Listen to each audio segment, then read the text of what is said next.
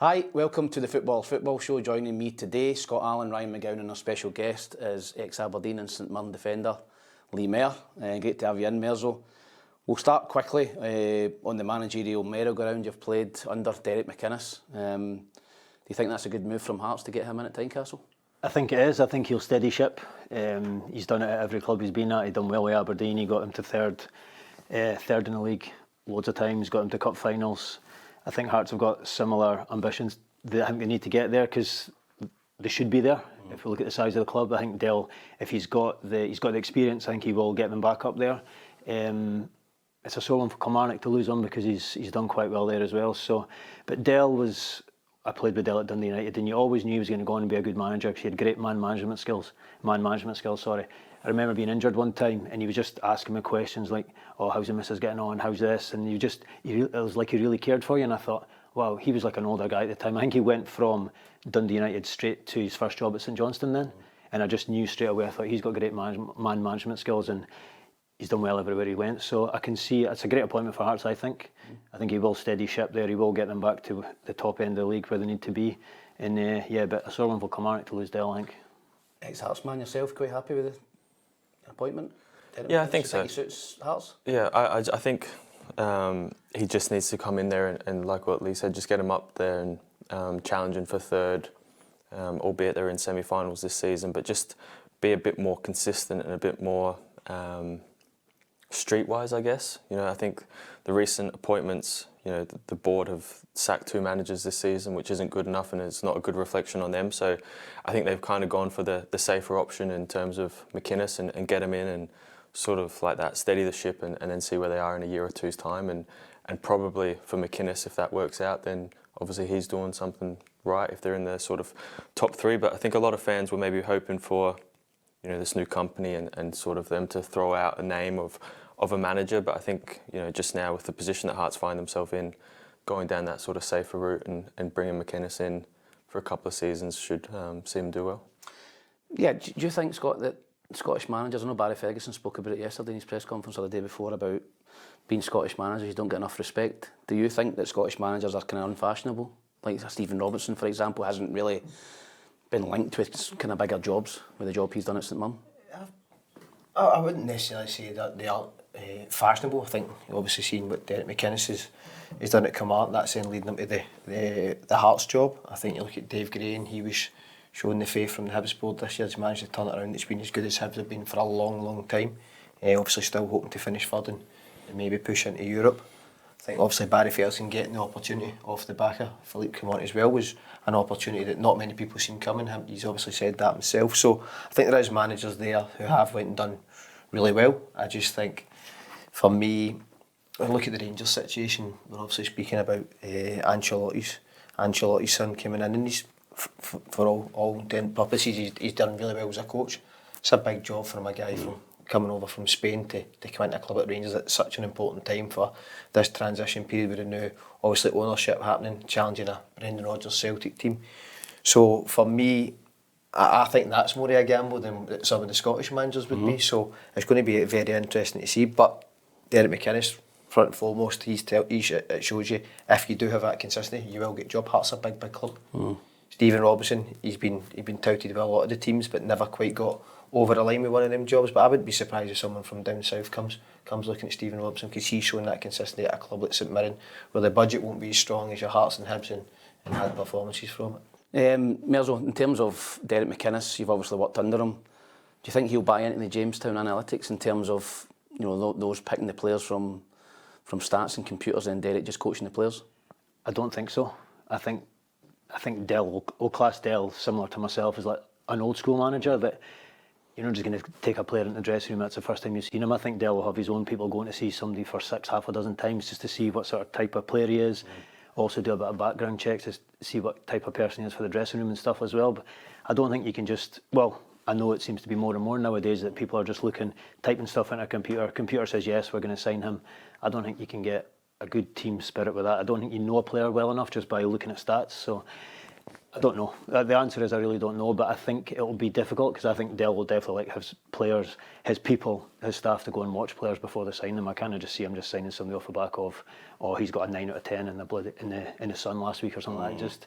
I don't think that's how he'll work. It depends what he's took the job on the basis of. He could have had that, I mean, you're getting the job, but in terms of transfers, this is how we want to do it. And from a Derek McInnes point of view, it might be a chance for him to improve himself as a manager, a different way where he needs to improve players, he needs to trust the guys in recruitment who they're bringing in, because at any big club now that is the way it goes. So if you've got any aspirations to manage at a top club now, I think you have to have that on your CV, that you can then make these players come in, feel part of the team and improve them.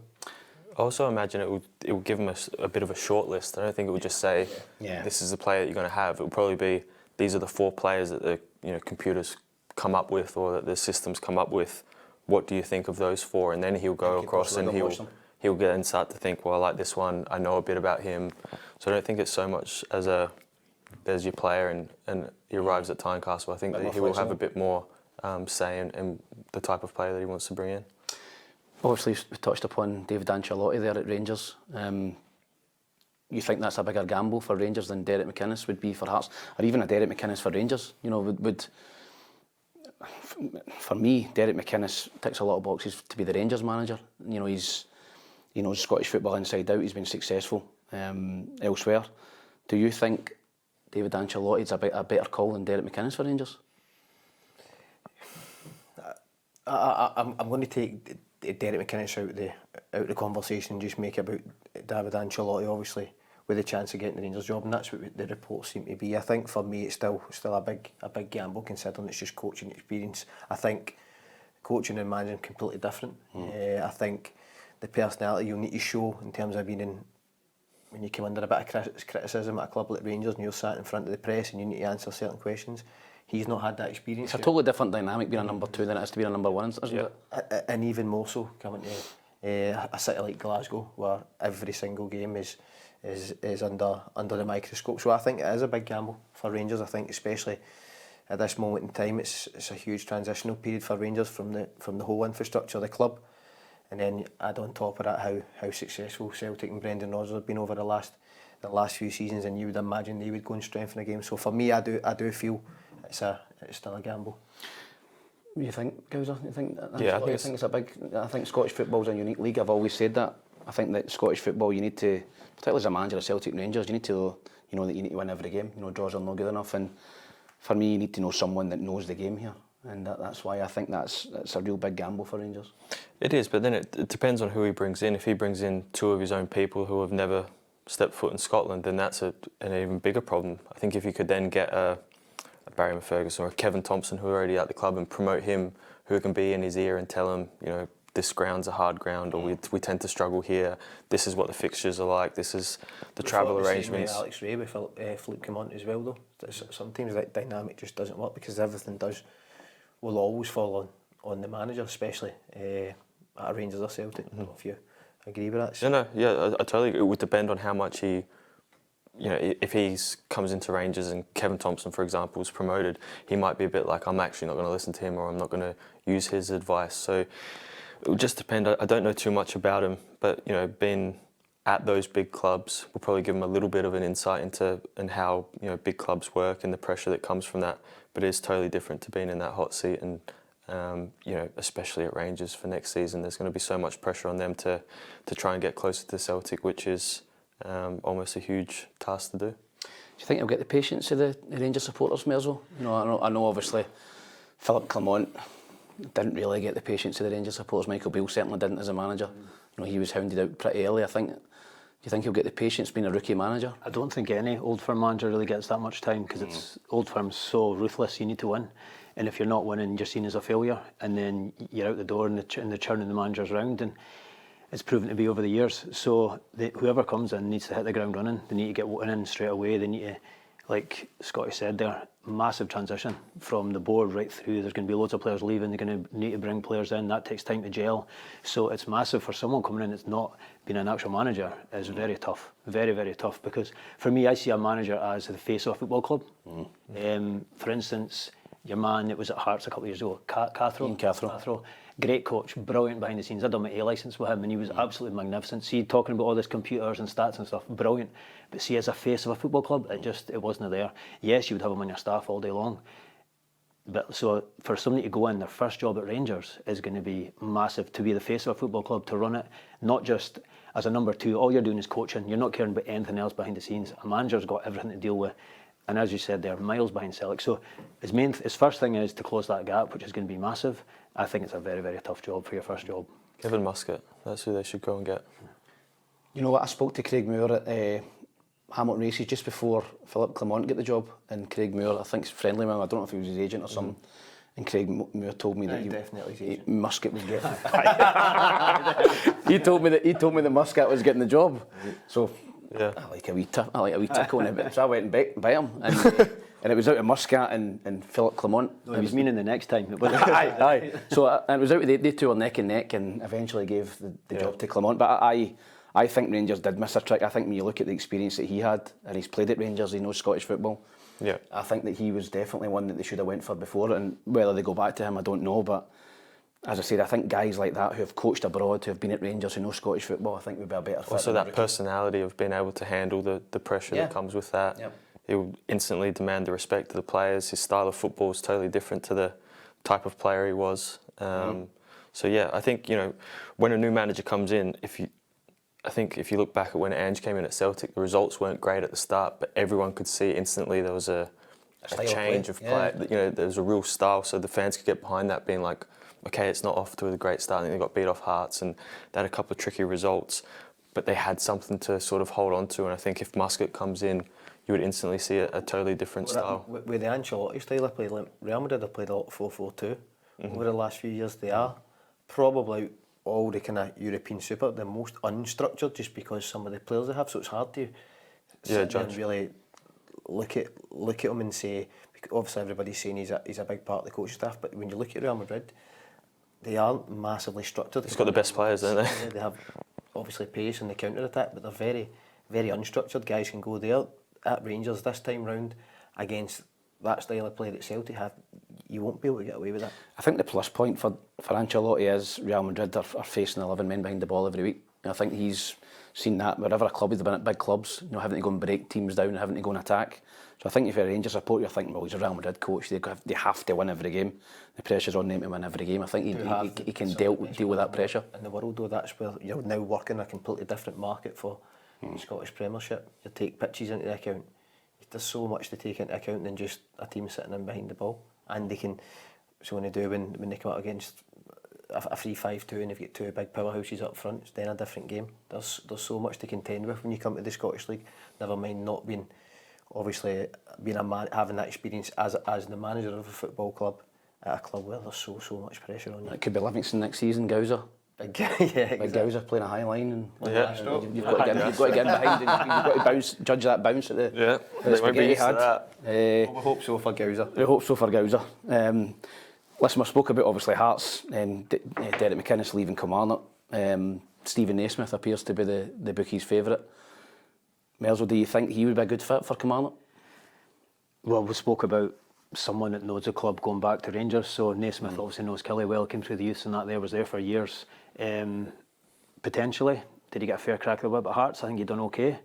He won't be under as much pressure at Hearts, so it's maybe one that he can get more time at. So I would love to see him get a job. I'd love to see any young Scottish manager that wants to go and become a manager, go and get an opportunity somewhere. It just feels that nowadays that you get 6 months. If you're not doing well, you're out.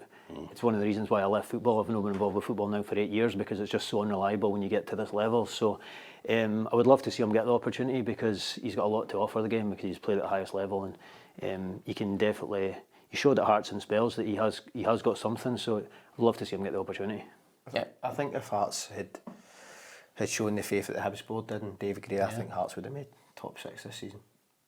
What, keeping Naismith? If they'd kept Naismith and shown the faith that Hibs did with David Gray, I think Hearts would have been in the top 6 come the split. Yeah, they started slowly, but as Merzo said there, there's managers don't get credit in the bank. You finished third the season before. Yeah. You know, if you you've got Europe, you've got all these games Thursday, Sunday. There should be a degree of credit in the bank where you go, right, okay, he's had a slow start. We've backed him in the summer. We've signed all these players. now we're going to rip it up and start again. You know, so no, I thought it was harsh that he gets sacked, and I think that he would definitely be a good fit for Kilmarnock.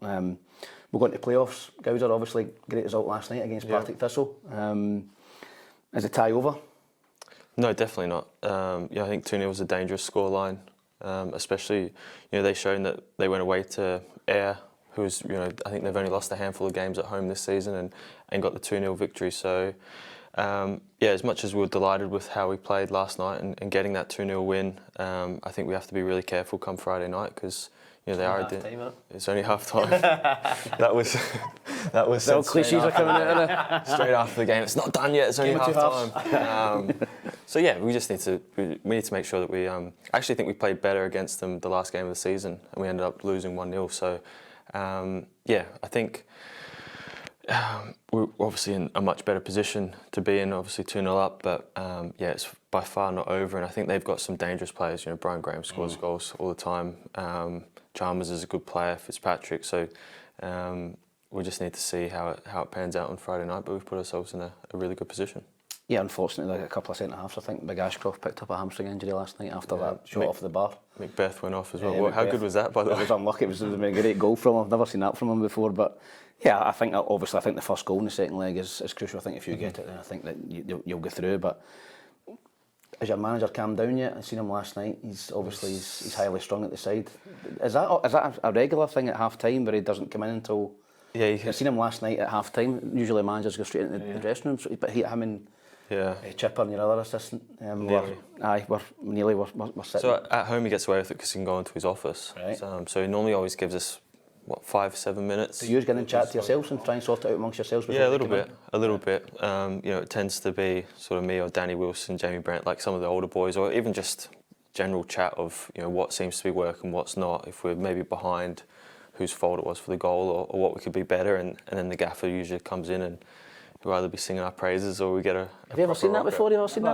I'm amazed it's first time I've heard of it. Yeah. He just what gives himself. What does he do then? That 6-7 minutes? Is he away discussing what he's away to chat to us about? Yeah, or? I think so. I think he's just trying to get Chipper and Neely's sort of thoughts on it. If he's going to make any subs, what he's going to maybe the message that he wants to get across to us as players.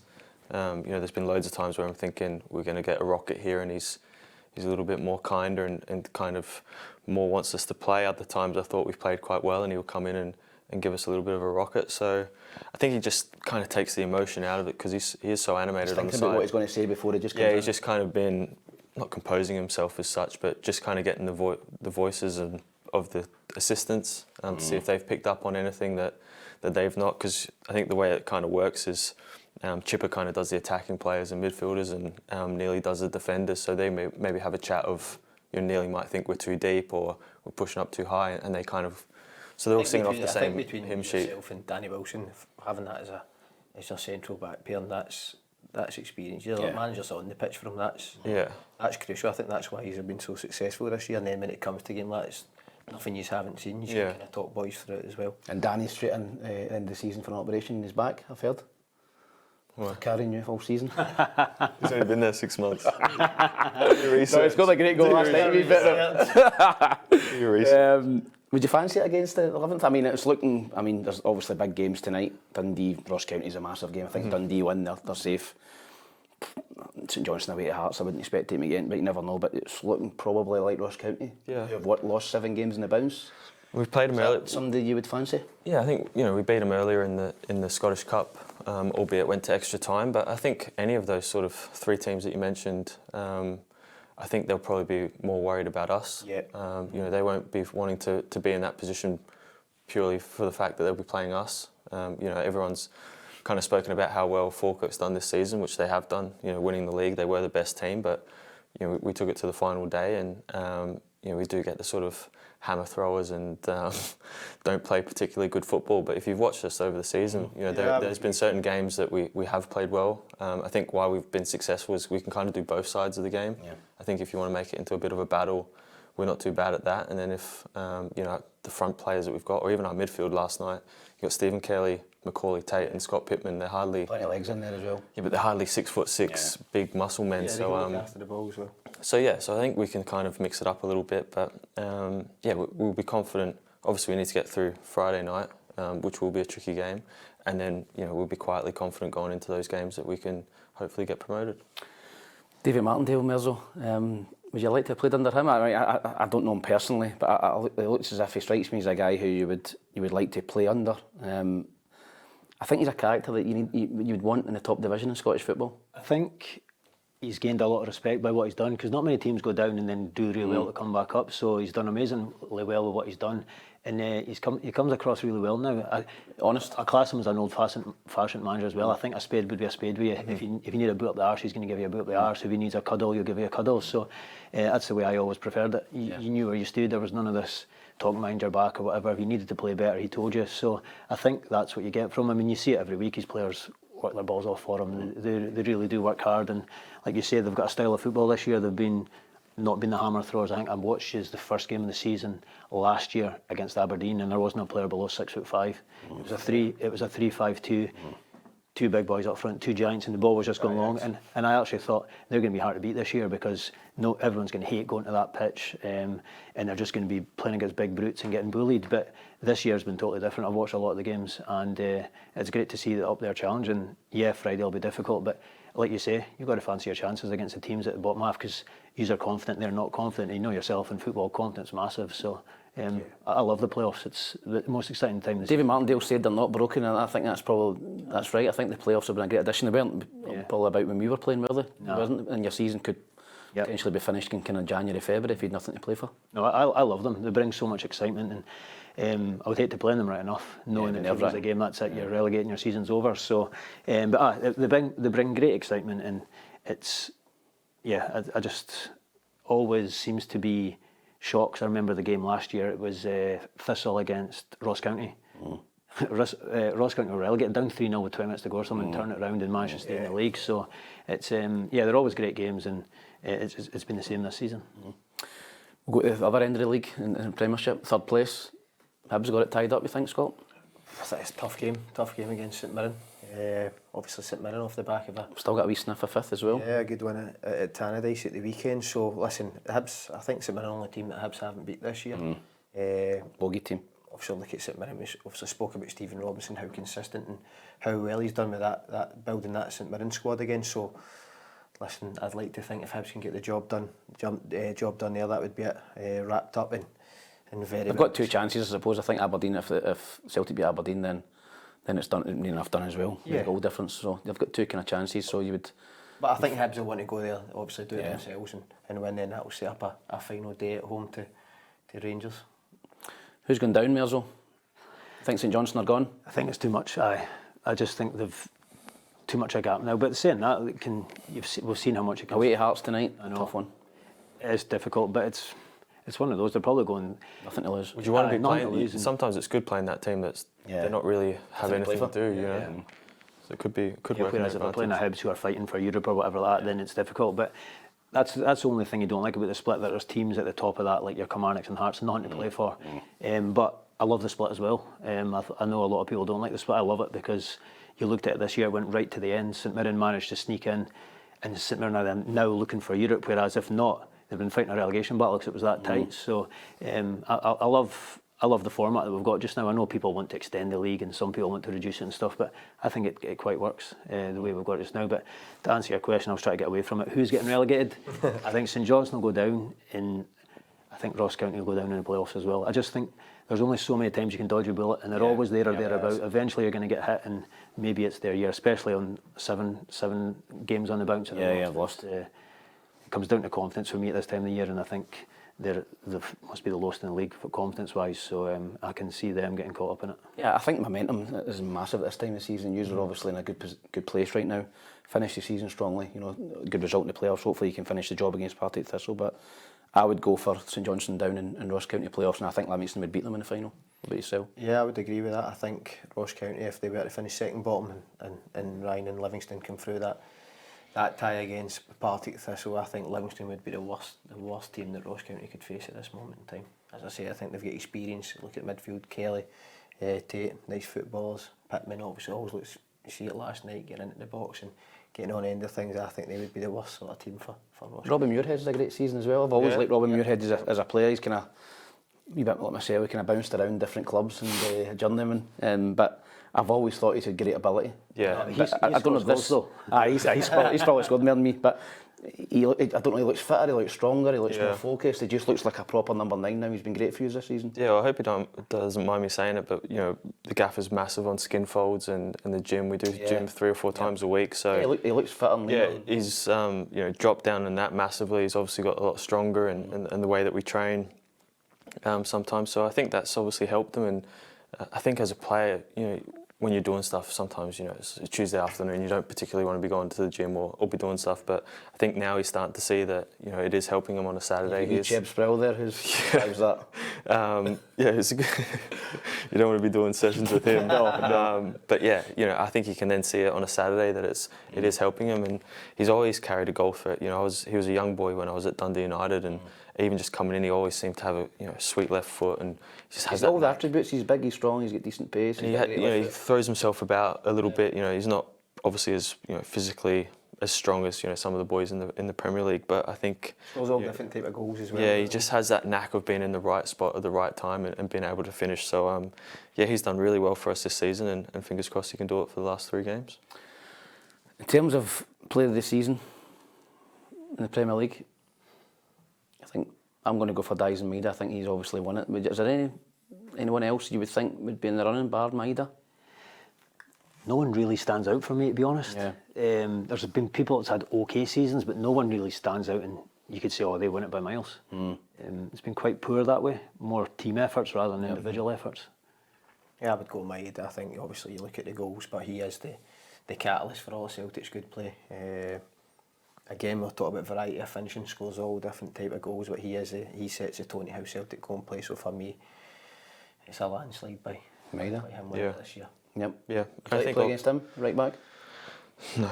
I remember when he first came, so I'd played against him when I was at Sydney, and he was in Japan. All right. And I remember just everyone being a bit like, who's the bald guy up front for them who just constantly sprints? And it was one of why Ange brought him to Celtic was because of his stats. I think he was by far, I think, in the world up there for the high sprint distance. He was top of those charts for consistently for the last couple of years. So it's no shock that he's not just come to Celtic and all of a sudden started sprinting and pressing people down. He's been doing that for years and years, and I think this season especially, he's just got those goals in him now. I think he's a little bit more composed in front of it.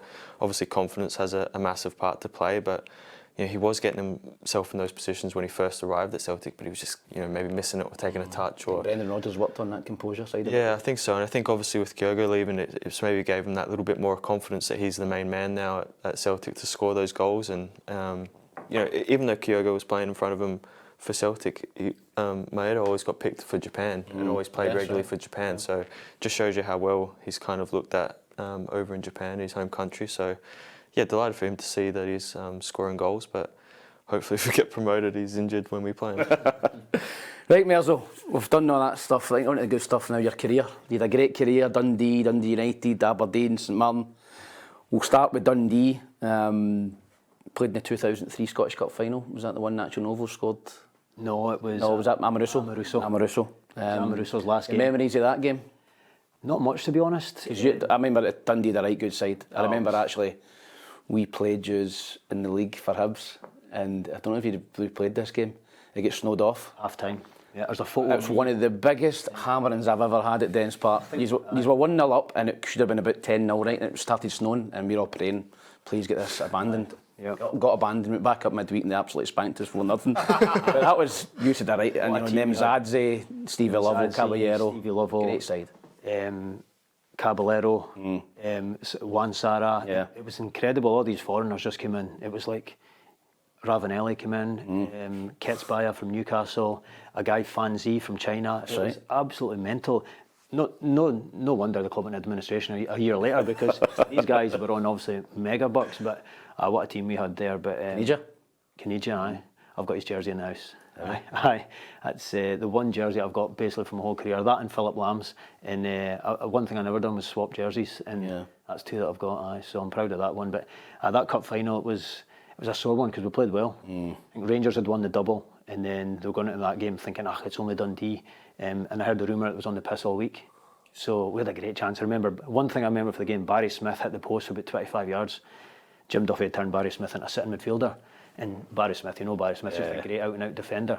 And I seen my way to line up this shot. I'm like, no, Baz, don't hit it. And he smashes it right off the post. And I thought, wow. That was at 0-0? 0-0, aye. And then Amoruso scored a header in the last 5 minutes and we ended up losing 1-0. But it was a sore one. Rangers won the treble. And then, that was it. But what a team we had then. I think it was Zura Kushnavili. It was his last game. He then went and signed for Rangers the week after. So, but it was a great team. Great times. Yeah, we both played with Fabian Caballero, obviously sadly not with us anymore. You played him the first spell, was it Dundee? I played him the second spell. Aye. Fantastic player and probably one of the strongest guys I've ever seen. Unbelievable. Just ridiculous. Possibly the unfittest guy you've ever seen. Unfittest. Did he do the bleep test for you? He just used to walk off like walked it. level 6. Level 6, that's He enough. beat you? Yeah. No. I was crap by the way, but he was horrendous. I don't think he cared, did he? No, they just said get the balls out. Aye. And I don't know if you get away with that now, but because he was such a good player. Is he Glasgow? I think he was. But see, it's obviously sad that he just passed away the last 6 months, and you see loads of his clips and stuff going on social media, and some of the goals he scored at Celtic Park and stuff was incredible. You then see why, because he came through the youth at Arsenal. Yeah, that's right. And the rumour was that when we went into administration and all the high earners got let go, and Portsmouth wanted him, and supposedly says, no, I'm not going, and he went back home. And then I think he then came back to Dundee the next time, but it's, what a talent. But his problem was, I don't think Martindale would like him because he was massive. Remember one time that Jim Duffy said that he'd put him on a diet, and all the foreigners had company cars, and he put his car into the garage to get fixed, and the guy opened the glove compartment and it was just full of M&Ms, empty packets of M&Ms and stuff. But you just think, wow, just an incredible talent. But really nice guy as well. He was. Aye, couldn't speak a word of English. He would just phone you up and say, "Hey Lee, discotheque." I liked it. I'm only saying he was going to get the balls out. No, he was a good player. We're talking about high earners. Obviously, you joined Stockport and then come back up to Dundee United.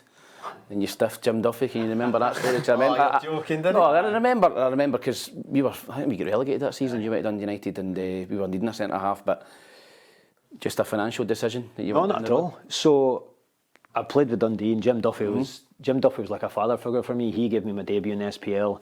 Totally got on really well with him. We bonded well because I was a centre half and he was a centre half. And then when I went down south to Stockport, I was on the phone to him all the time because it wasn't really working out for me in Stockport. He said, look, keep yourself fit. You don't know what will happen in the transfer window when you come back up the road. But I had agreed to sign for Dundee United in the transfer window. And then, so that was all done, nearly 99% done and dusted. And then at the last minute, Dundee United said, Ollie, we need to get 3 players off a wage bill before we can bring anyone in. Jim Duffy found out about this and phoned me. So Jim Duffy says, Lee, I hear that the Dundee United deals fell through. Will you come and sign for us? And I was like, right, let me phone you back in an hour. So I made a few phone calls, phoned my agent, Paul Cherry, phoned my agent, phoned a few people and says, look, got a chance to go back to Dundee. The reason I'd left Dundee is because we just went to administration. And then they were obviously, the club were on the down and it was difficult times. So I thought, right, I'll go and try down south, try and make a good living out of being down south. Because the thought was, you go down there, even though it was only Stockport, but a Coventry might buy you for 3.5 million, you're on 10, 15 grand a week, you can be set up for life. Never worked up. I was back up the road the next transfer window, right? But, so I made those phone calls. My agent phoned me back and says, Lee, Dundee United will sign you now. They'll give you an extra year and they'll give you a bigger signing on fee. So it was a no-brainer because I was signing for them anyway. They were challenging for Europe. Dundee, as you say, were fighting relegation. I just left them their administration. But I had to make the phone call to Jim Duffy. So I phoned him and said, look, Jim, Dundee United came back in. They'll sign me now. They'll give me more money, blah, blah, blah. You've just used me to get more money out of them, you greedy bastard, blah, blah, blah, blah, blah. I says, look, I've not done that at all. I've phoned my agent. I've told him the situation. He's went and done that. And then I was absolutely gutted because I seen him as a father figure. I was devastated. So drive up the next day to sign for Dundee United, and I'm in the chairman's office. And I don't know if they still do it, but in Dundee you get like an evening paper. So the news that comes out in the morning, they make headlines and that at night. So I turned over the Evening Telegraph, and there's a big headline: Mair the Judas. Jim Duffy had absolutely slaughtered me in the press, saying, oh, he's went across there, he's used us to get more money and stuff, and then that was it. I was getting death threats from Dundee fans and everything on the back of that. So it was a horrible time, to be honest, because, as I say, I had a great time at Dundee. That was my first club. I went there when I was 16. Great times there for about 7-8 years. Made my debut, cup final. Was quite a fan's favourite as well, but then that ended abruptly with that carry on there. But I was gutted. I was gutted in the end. But it's funny because I was actually messaging Duffy the other day because just to see if he forgave more me. money. I said no. But I was up at my mum and dad's. They just moved house, and we like mum and dad's keep memorabilia, and I've got a big box of stuff. So I was looking through photos, and there was a Derby game back in the day, and they classed it as like some James Bond theme. I don't know why. I think there must have been a James Bond film that came out at the same time. So stupid enough, me and Jim Duffy were there with this stripper. We're dressed in tuxedos with like James Bond with like water pistols as guns with this stripper in the middle of us. And my mum's got these photos. So I took a screenshot and sent it to Jim Duffy last week, and he was just joking about it and stuff. So you think he's... I think he's calmed down now, about 15 years later. So. Thankfully we've got Jim Duffy in here today. Listen, I had the same thing with Jim Duffy, and it was the other side. When I left Hibs, I signed for Motherwell, and I signed for Dundee because Dundee gave me a big sign-on fee, and I had the same call from Terry Butcher, who called me all the names under the sun: a greedy bastard, a mercenary. Yeah.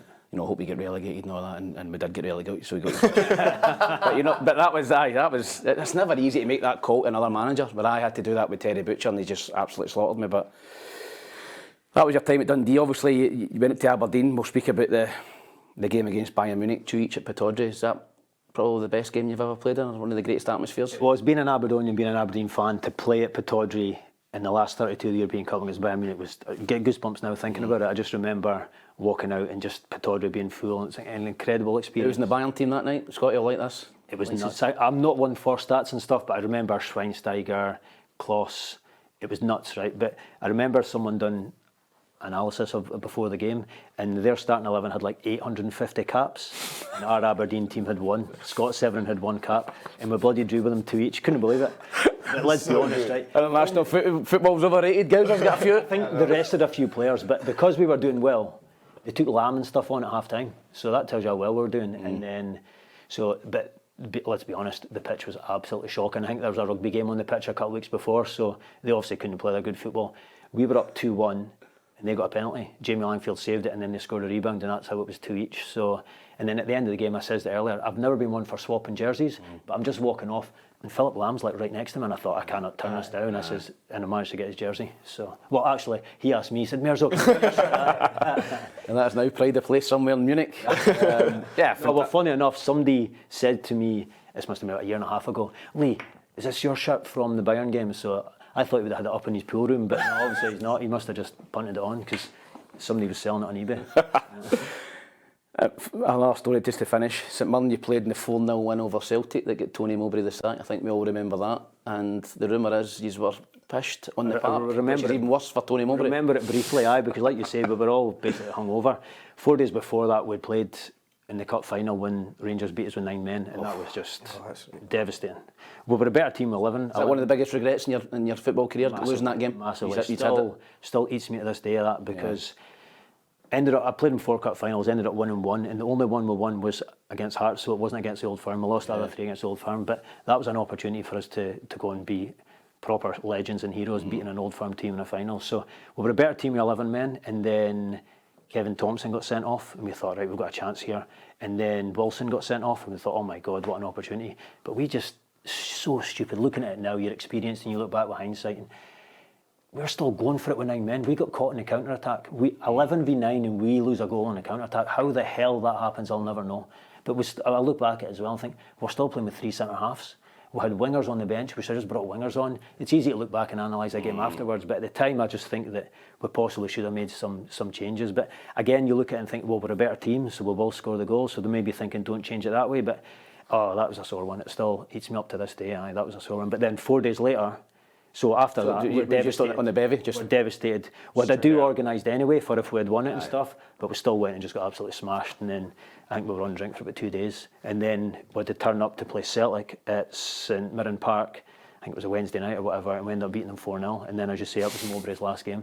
I remember one thing about that game is that Aidan McGeady finished left back.